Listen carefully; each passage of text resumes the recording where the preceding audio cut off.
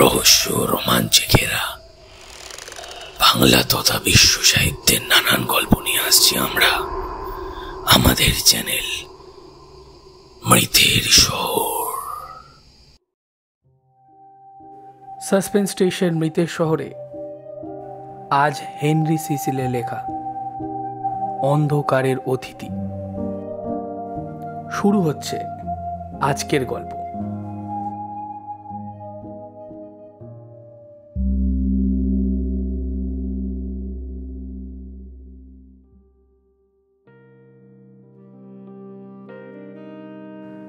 একঘেয়ে জীবন থেকে মুক্তি পাবার জন্য কয়েকদিন ছুটি নিই। লন্ডনের লেকল্যান্ড হোটেলের পানশালায় বসে আরামে সময় কাটাবার পরিকল্পনা করছি। দিনগুলো বেশ ভালোই কাটছিল। হঠাৎ আজকে লন্ডনের একজন দাম্ভিক ছোটখাটো চেহারার উকিল পানশালায় আসে। সমানে নানান বিষয় এমন বক্তৃতা দেয় যে উপস্থিত ব্যক্তিদের মধ্যে অনেকেই বিরক্ত বোধ করে। আমার তো মনে হয় এমন যদি কোনো আকস্মিক ঘটনা ঘটত তাহলে ওই দাম্ভিক উকিল ভদ্রলোককে উপযুক্ত শাস্তি দেওয়া যেত। কিন্তু দুঃখের বিষয়, অনেকক্ষণ অপেক্ষা করার পরও সেরকম কিছুই ঘটল না। ফলে উকিল ভদ্রলোকের বক্তৃতায় কোনো ছেদ পড়ল না। দুজন তো পানশালায় ঢুকল।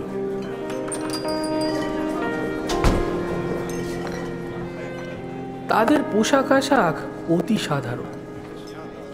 ওদের না চেনার জন্য সাময়িকভাবে উকিল ভদ্রলোকের বক্তৃতায় ছেদ পড়ে।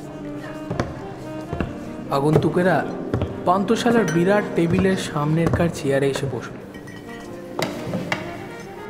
পরপর কয়েক গ্লাস পানিও পান করল।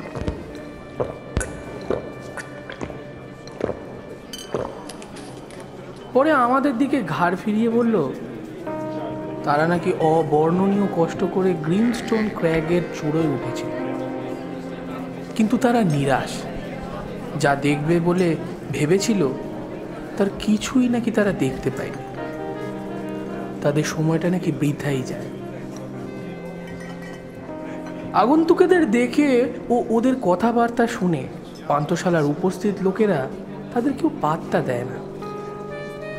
বড় টেবিলের শেষ দিকে বসে থাকা একজন ছোট্ট খাটো ভদ্রলোক নড়ে চড়ে উঠল, বলল, সময় বৃথা যাওয়ার অর্থ আপনারা জানেন মিস্টার?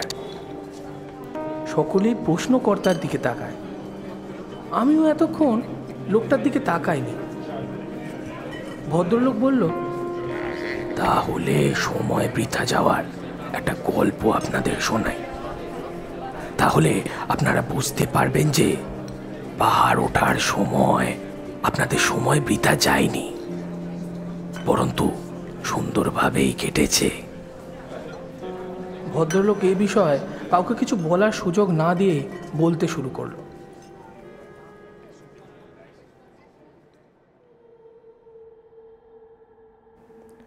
যে ঘটনার কথা বলছি তা ঘটেছিল কয়েক বছর আগে এখানে কোনো এক জায়গায়।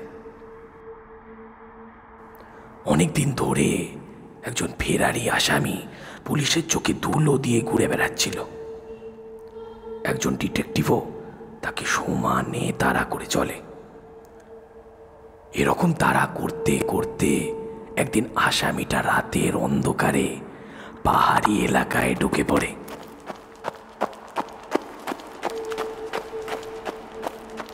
ডিটেকটিভটাও একরোখা ছিল। তার উপর আকাশের চাঁদ পেয়ে ডিটেকটিভেরও জেদ আরো বেড়ে যায়। সেও আসামিকে লক্ষ্য করে পাহাড়ি এলাকার মধ্যে ঢুকে পড়ে।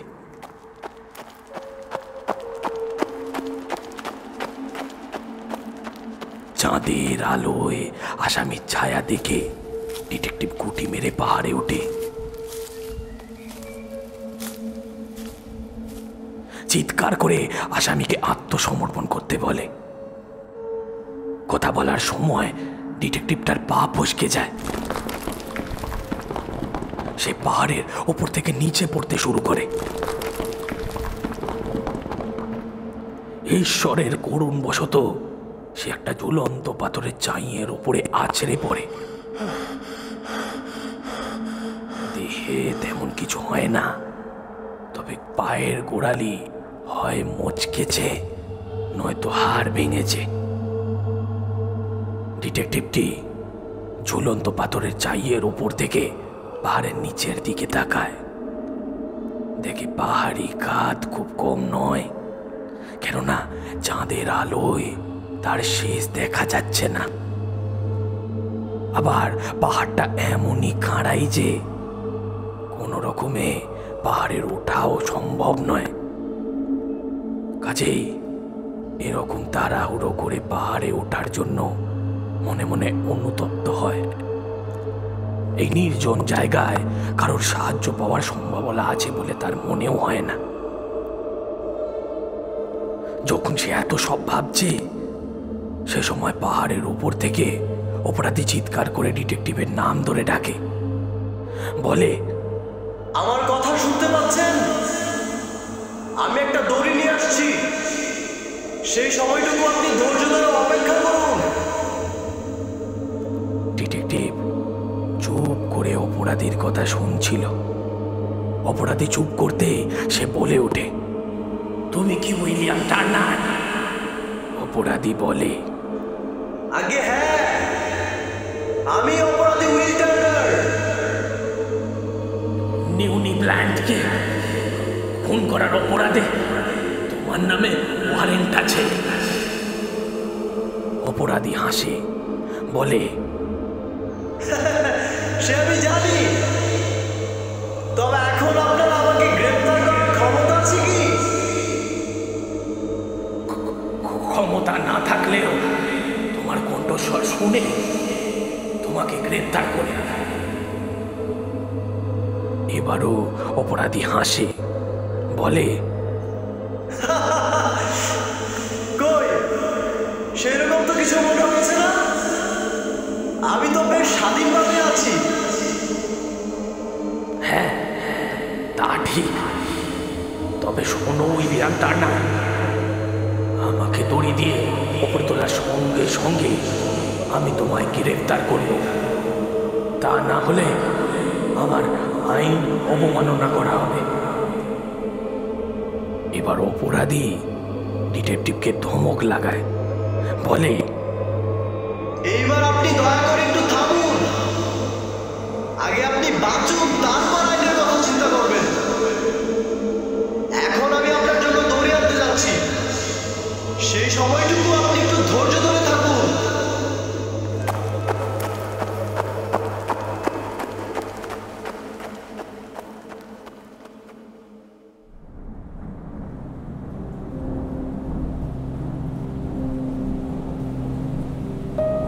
বেশ কিছুক্ষণ পরেও যখন অপরাধী ফিরে এলো না, তখন ডিটেকটিভ ঝুলন্ত পাথরের চাইয়ের ওপর বসে তার নিশ্চিত মৃত্যুর কথা চিন্তা করতে থাকে।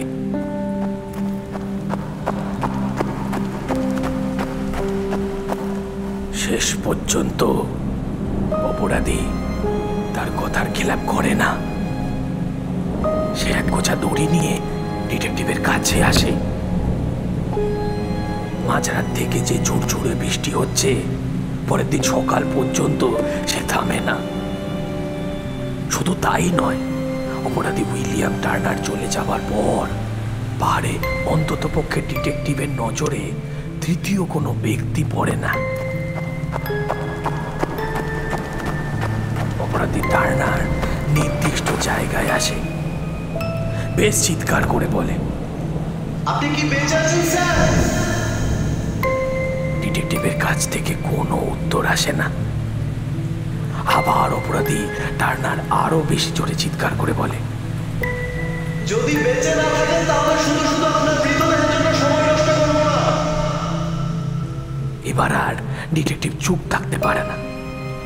অপরাধী টার্নারের জন্য প্রাণপণ চিৎকার করতে করতে বলে, টার্নার, এখনো পর্যন্ত আমি বেঁচে আছি। আমি পাহাড়ের উপর একা, তার কারণ নিশ্চয় আপনাকে বলার দরকার নেই। ডিটেকটিভ কোনো কথা বলে না, ভাবে টার্নার ঠিকই বলছে। সে একলা দড়ি ধরে কি করে তাকে পাহাড়ের উপর তুলবে। আবার অপরাধী টার্নার চিৎকার করে বলে, আপনি দয়া করে আরেকটু সময় অপেক্ষা করুন, আমি নিজে দড়ি নিয়ে আপনার কাছে পৌঁছতে চেষ্টা করছি। এরপর টার্নার সত্যি দড়ি ধরে বৃষ্টির ভেতর পাহাড়ের উপর থেকে ডিটেকটিভের দ্বীপে নামতে শুরু করে। আপনাদের মতন অভিজ্ঞ ব্যক্তিদের নিশ্চয়ই বলতে হবে না যে এই কাজটা কতটা দুরূহ। তাছাড়া টার্নার ও ডিটেকটিভ দুজনের মধ্যে কেউই পর্বতারোহী ছিল না।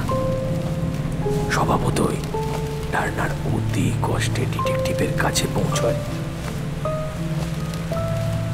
ডিটেকটিভের দিকে সঙ্গে আনা দড়ি ছুড়ে দেয়। এবার ডিটেকটিভ ও টার্নার বাঁচার জন্য দেহের সমস্ত শক্তি নিয়োজিত করে।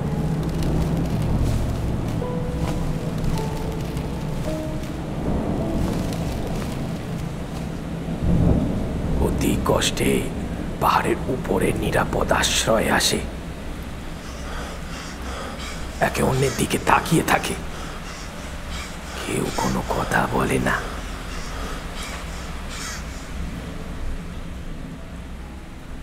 এদিকে পায়ের যন্ত্রণা ও দৈহিক পরিশ্রমে ডিটেকটিভের অবস্থা শোচনীয় হয়ে ওঠে, প্রায় জ্ঞান হারানোর উপক্রম হয়। তবু ডিটেকটিভ মনে জোর বাড়ায়, টার্নারের সাহায্যের জন্য ধন্যবাদ জানায়। পরক্ষণে টার্নারকে কাবু করার জন্য সে টার্নারের চোয়াল লক্ষ্য করে ঘুষি চালায়, কেননা সে ভালো করেই জানতো যে টার্নারকে কাবু করতে না পারলে সে পালিয়ে যাবে। তাকে ধরা খুবই কষ্টকর হবে। একজন আদর্শবান ডিটেকটিভের পক্ষে কাজটা খুবই অন্যায় হবে। কিন্তু দুর্ভাগ্যবশত টার্নার কায়দা করে মুখ ঘোরায়। ডিটেকটিভের ঘুষি তার চোয়াল পর্যন্ত স্পর্শ করতে পারে না। ডিটেকটিভও নিচে শরীরের ভার আয়ত্তর মধ্যে না আনতে পেরে সামনের খাদের দিকে গড়িয়ে যায়। যেহেতু ডিটেকটিভের কোমরে বাঁধা দড়ির সঙ্গে টার্নারের কোমর বাঁধা ছিল, সেহেতু ডিটেকটিভের সঙ্গে সেও পাহাড়ের গভীর খাদে পড়ে যায়।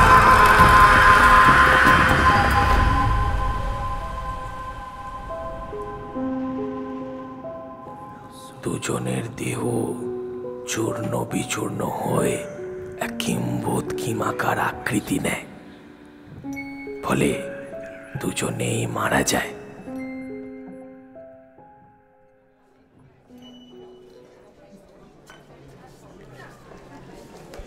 এবার বলুন, আপনারা নিশ্চয়ই কিছুক্ষণ আগে সময় নষ্ট করেননি।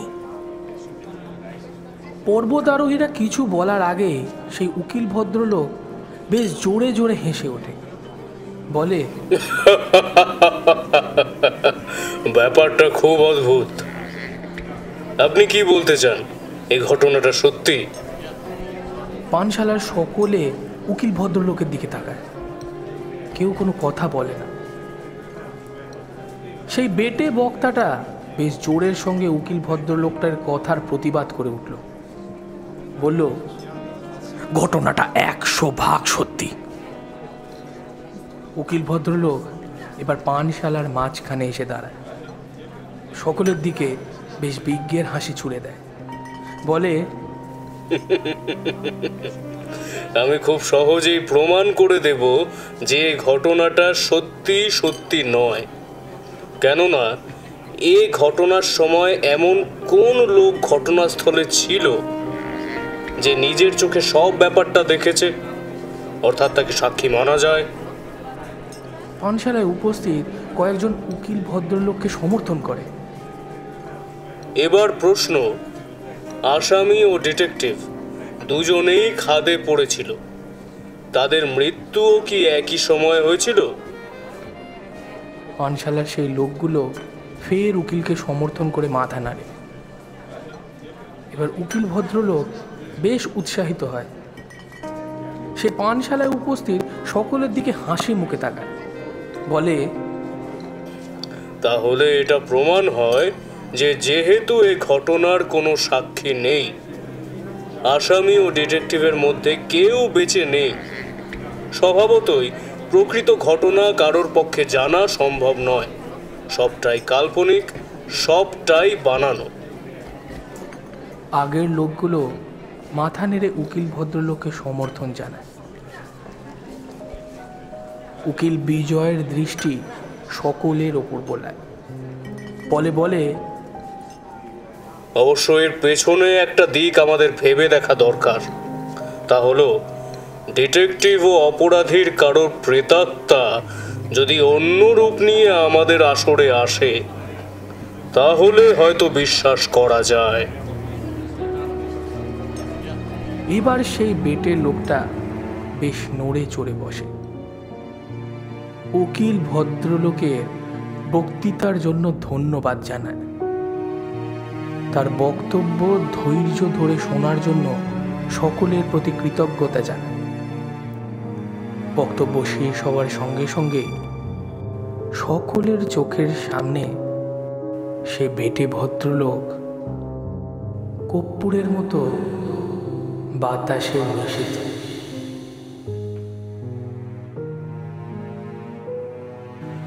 শুনছিলেন আমাদের আজকের গল্প অন্ধকারের অতিথি। রচনা হেনরি সিসেল। গল্পের কথক, আগন্তুক এবং ডিটেকটিভের ভূমিকায় সুপ্রতীক। উইলিয়াম টার্নারের ভূমিকায় জুবায়েদ। উকিলের ভূমিকায় রুদ্রনীল। আমাদের উপস্থাপনা যদি আপনাদের ভালো লেগে থাকে তাহলে প্লিজ চ্যানেলটিকে সাবস্ক্রাইব করুন। কমেন্ট করে জানান আপনাদের অমূল্য মতামত। ভালো লাগলে বন্ধু ও পরিবারজনের সঙ্গে শেয়ার অবশ্যই করুন। আর শুনতে থাকুন সাসপেন্স স্টেশন মৃতের শহর। দেখা হচ্ছে খুব তাড়াতাড়ি আরও একটি নতুন রোমাঞ্চকর পর্ব নিয়ে। সঙ্গে থাকুন।